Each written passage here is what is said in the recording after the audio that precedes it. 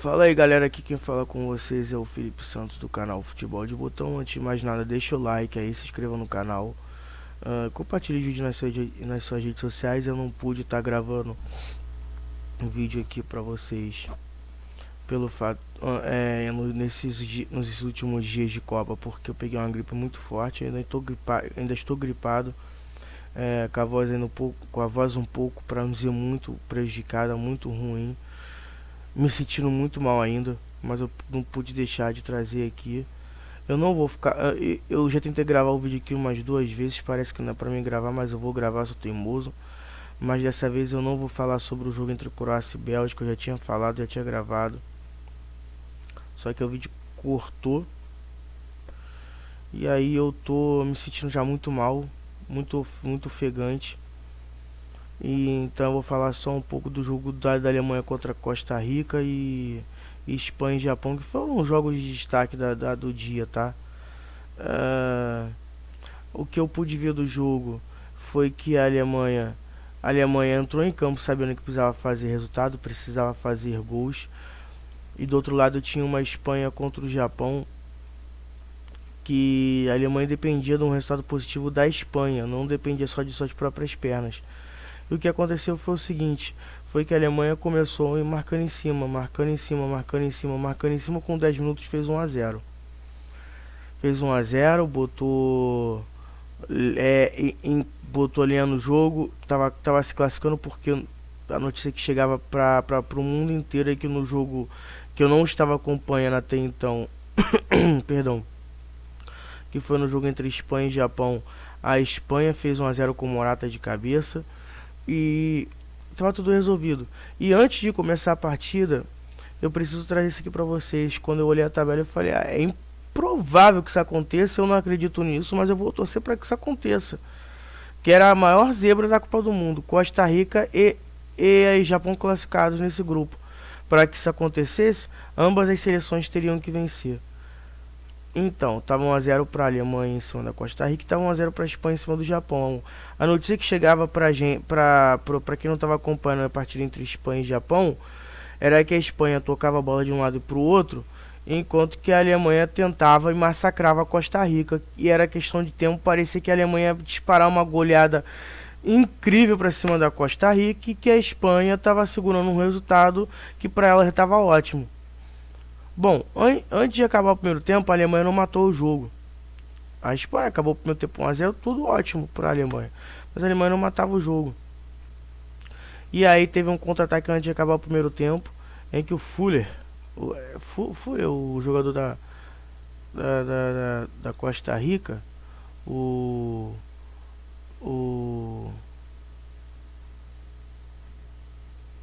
Fuller, isso mesmo, o Fuller, ele recebe uma bola livre dentro da área num contra-ataque mortal. Sobra para ele. Ele acaba finalizando em cima, praticamente que em cima do Neuer, obrigando o Neuer a fazer uma grande defesa, mas foi em cima dele o chute, a verdade é essa. Portanto, a Alemanha saiu com 1 a 0 para o intervalo. Na volta do intervalo, logo no começo do jogo lá entre Espanha e Japão, no começo que eu digo porque não demorou muito, o Japão consegue um empate. Depois eu vi o gol, a Espanha saiu jogando errado, o Japão se aproveitou disso e num belo chute de fora da área, diga-se de passagem, o Japão consegue empatar o jogo. Eu tô falando simultaneamente entre essas duas partidas porque o resultado impactava no jogo da Alemanha o que acontecia no jogo da Espanha e Japão. E foi no mesmo horário, então eu tô tentando entrelaçar o que acontecia para vocês encaixarem o que aconteceu na classificação e na eliminação da Alemanha. A Alemanha com isso estava ficando fora, e para piorar, o Japão, além de virar o jogo, a Costa Rica empata a partida. Foi tudo quase que simultaneamente mesmo, e como isso aconteceu. Para mim, falha grotesca do futebol, da defesa do futebol alemão. E a Costa Rica conseguiu chegar, principalmente porque para mim o Neuer falhou, como o Kahn falhou em 2002. O Neuer acabou falhando, para mim. Ele deu um rebote que ele, nos seus tempos áureos, não daria. Com isso a Costa Rica chegou num empate em que o Japão e nisso o Japão estava ficando com o primeiro lugar do grupo E, do grupo do grupo E, enquanto que a Espanha estava ficando com o segundo lugar. Só que o improvável aconteceu, gente. O improvável aconteceu porque aí eu já tava trocando já nesse momento do jogo. Eu comecei a trocar de um lado pro outro de canal para ver o que estava acontecendo um pouquinho da outra partida. Então eu não pude analisar tecnicamente porque é aquilo, eu queria acompanhar um pouco de um jogo do outro que estava eletrizante. E aí foi que teve uma falta meio despretensiosa em que a Costa Rica foi pro ataque.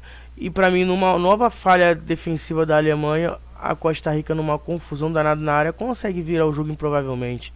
E aí eu pensei, falei, cara, agora a Costa Rica vai estacionar o ônibus dela lá atrás, o trem, seja o que for, o avião, seja o que for, vai estacionar lá atrás e já era para a Alemanha. A Alemanha não vai conseguir furar essa defesa. A Espanha com isso também está fora da Copa. E 2-1 para lá, 2-1 para cá. Logo em seguida o balde de água fria, porque foi praticamente no lance seguinte o Kai Havertz, jogador do Chelsea, da seleção alemã, que tinha acabado de entrar em campo, entrou um pouquinho antes da Alemanha sofrer o gol da virada, e empata o jogo 2-2. A Costa Rica viu que tinha que se ganhar esse jogo, estava dentro da segunda fase, não podia ficar só na defesa, se lançou todo ao ataque, e aí pronto. Mas eu tenho que ser sincero com vocês, que quando saiu o terceiro gol da Alemanha, o quarto e o quarto, eu já não via mais o jogo da Costa Rica contra a Alemanha. Eu estava vendo o jogo do Japão contra a Espanha. Explico por quê. O Japão, eu estava torcendo pro Japão, que eu classifiquei ele como o Robin Hood dessa Copa do Mundo, porque ele ganhou da Alemanha na primeira rodada, complicando demais a vida da Alemanha, e perdeu. E aí eu falei, bom, vai ganhar da Costa Rica, vai se classificar, vai deixar a Alemanha pro espaço com um ponto só, vai ter que tirar saldo na última rodada, o que não aconteceu, e aí vai disputar a Alemanha e Espanha para ver quem vai se classificar. Aí o Japão me perde ou contra a Costa Rica. E aí eu falei, bom, agora foi como eu falei no começo do vídeo, então agora a Espanha vai deitar e rolar. E não foi isso que aconteceu, a Espanha tocava de um lado e pro outro e não conseguia furar a defesa do Japão. A única vez que conseguiu isso, pelo que eu vi, foi um chute fora da área do Dani Olmo, em que o goleiro do Japão acabou soltando a bola mais no rebote, o japonês, o zagueiro, não lembro agora quem foi, afastou. E num outro lance que o mesmo Dani Olmo conseguiu uma penetração de uma tabela de 1-2 de ultrapassagem e chutou só que em cima do goleiro japonês. Com isso o Japão não sofreu tanto assim contra a Espanha, que faltou aquele toque final, aquele cara para botar a bola para dentro do gol, que eles não conseguiram arrumar até agora. Ficou naquela toqueira de um lado e pro outro. Enquanto isso o Japão foi para a chave do Brasil, por isso estava acompanhando esse jogo. Eu torcendo para a Espanha, pro Brasil fugir de um possível confronto contra a Espanha na segunda fase da Copa, o que só vai acontecer se a Espanha chegar à final, assim como o Brasil também, e espero que o Brasil esteja lá no dia 18, enquanto que a Espanha vai ter que disputar contra seleções se quiser chegar até a final, vai ter que disputar contra mais seleções fortes ainda do que só o Brasil e uma possível Argentina ou Holanda. E eu tô torcendo para que o Brasil não precisasse pegar essa pedreira logo nas quartas de finais, né? Mas eu vendo de perto a Espanha contra o Japão, não era isso que eu via, entendeu? Não era isso que eu via. A Espanha para mim caiu muito do segundo jogo para cá. Bateu numa Costa Rica que engrossou o caldo para a Alemanha, que venceu por 4-2. E é bem isso. Eu acho que assim, essa Copa do Mundo tá muito esquisita, tá? Tá muito esquisita, porque eu esperava antes de começar essa Copa do Mundo que a pior chave para chegar a uma final de Copa seria a chave que o Brasil ficou. O Brasil deve se classificar em primeiro amanhã. Eu espero estar aqui gravando o vídeo amanhã com vocês para dizer que o Brasil se classificou em primeiro e com vitória, uma vitória boa. O Brasil não vai jogar com todos os titulares, mas vai ter, por exemplo, nomes como Rodrigo no meio de campo da seleção brasileira. Eu particularmente iria com o Pedro na frente, mas parece que o Tite levou o Pedro a passeio na Copa, vai jogar o Gabriel Jesus. E vamos ver como é que vai se dar essa partida entre Brasil e Camarões. Eu espero que o Brasil pelo menos empate o jogo, mas eu torço para que o Brasil vença e sem sofrer gol ou gols, e que o Brasil possa passar com uma campanha de 100% com 9 pontos. E aí só Portugal vai poder igualar a melhor campanha da primeira fase da Copa, porque até aqui todas as seleções tiveram pelo menos um tropeço. Enfim, eu falei que não ia falar do jogo entre Croácia e Bélgica e Marrocos e Canadá. Eu vou dar uma zapeada pelo jogo de lá, mas antes eu vou mostrar pra vocês o que foi o jogo entre Japão e Espanha. Japão e Espanha. Japão teve 6 chutes, 6 chutes, sendo que 3 no gol, no alvo. A Espanha chutou 12 vezes, 5 no alvo. Muito pouco para quem teve 83% de bola. Enquanto que o Japão teve apenas incríveis 17%. É a primeira seleção a ganhar uma partida de Copas do Mundo. Isso é uma curiosidade, porém é um fato, é uma informação. Que é a primeira seleção a ganhar uma partida de Copa do Mundo tendo uma posse de bola tão inferior como o Japão teve nessa partida, 17%. O Japão trocou apenas 228 passes contra 1058 da equipe da Espanha. A Fúria, que não foi tão fúria hoje, teve 91% de posse de precisão de passe, enquanto que o Japão teve 67%. Foram 9 faltas para a seleção do Japão, quer dizer, que a seleção do Japão cometeu, sendo 6 que a Espanha cometeu na partida. Foram 3 cartões amarelos distribuídos nessa partida, todos eles para a equipe do Sol Nascente, para a equipe do Japão. E os Samurais Azuis tiveram dois impedimentos, assim como a Espanha no jogo também. Já a equipe da Espanha, a Fúria, teve 2 escanteios para cobrar no jogo, enquanto que o Japão não teve nenhum. Vamos dar uma passada também entre Canadá e Marrocos. Canadá perdeu por 2-1 para o Marrocos. Os gols foram marcados por... no jogo entre Espanha e Japão e Alemanha e Costa Rica, os gols foram marcados por Gnabry abriu o placar aos 10, Terreira empatou aos 58. A FIFA decretou que o Neuer fez gol contra aos 70 do segundo tempo. Já aos 73 e aos 85 o Kai Havertz empatou e virou o jogo. E o Füllkrug aos 89 decretou 4-2 para a Alemanha. No jogo entre Espanha e Japão, os gols foram marcados por Álvaro Morata aos 11, Hitsu Doan empatou para o Japão e logo em sequência o Ao Tanaka aos 51 virou para o Japão. Os gols, como eu estava falando, entre Canadá e Marrocos foram marcados por Akin Ziyech aos 4, aos 23 o En-Nesyri aos 23 e um gol contra que deu o gol de Canadá. O gol contra foi a favor do Canadá, foi marcado pelo marroquino Aguerd aos 40 ainda do primeiro tempo. O Canadá que teve 5 chutes a gol, sendo que o Marrocos deu 6. O Canadá na verdade não acertou o alvo de Marrocos nessa partida, enquanto que o Marrocos chutou, das 6 que chutou, 2 foram no alvo. Foram 59% de posse de bola para Canadá contra 41% de posse de bola para a equipe africana.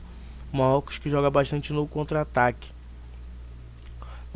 É bom que a Espanha fique de olho nessa equipe, já que o Marrocos se classificou em primeiro do grupo.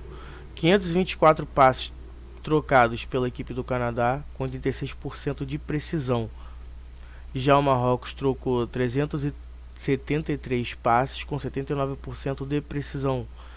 Foram 14 faltas para cada lado, sendo que só Canadá sofreu cartão amarelo na partida, foram 4. Foram 4 impedimentos para cada lado também, 6 escanteios para o Canadá cobrar e 2 apenas para o Marrocos. O Marrocos que fez o resultado no primeiro tempo. Eu não vi esse jogo, então não posso comentar se o Marrocos só se defendeu no segundo tempo, como é que foi a partida. E a Croácia no outro jogo que segurou a Bélgica, que teve chances de fazer o gol.